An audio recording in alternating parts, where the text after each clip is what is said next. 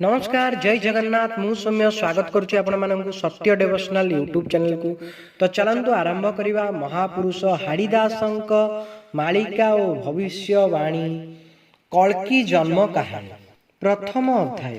शुण सुज्ञ जने अपूर्व कहानी कल्की अवतार प्रभु हेले धरणी दुष्ट छलेर बीतले हेले प्रकाश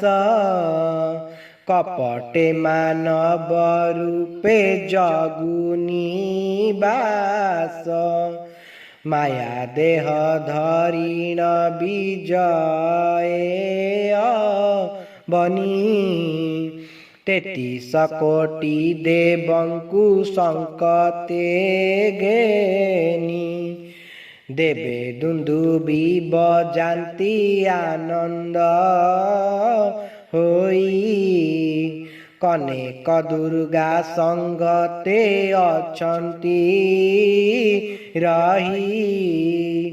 आनंद होइण देवे करंती सेवा ढली ढली नाचुछंती देवादी देवा गंधर्वे गोविंद पद गायन धीरे नारदेव जानती वीणा अति स्वरे शिव डम्बरु धरी न होती उन्मत के कही पारिब बात चरित चारि मुखे वेदपति स्तुति करंती कुबेर करे चामर धरी ढालंती आज्ञा घेनी वेदपति उभा छामुर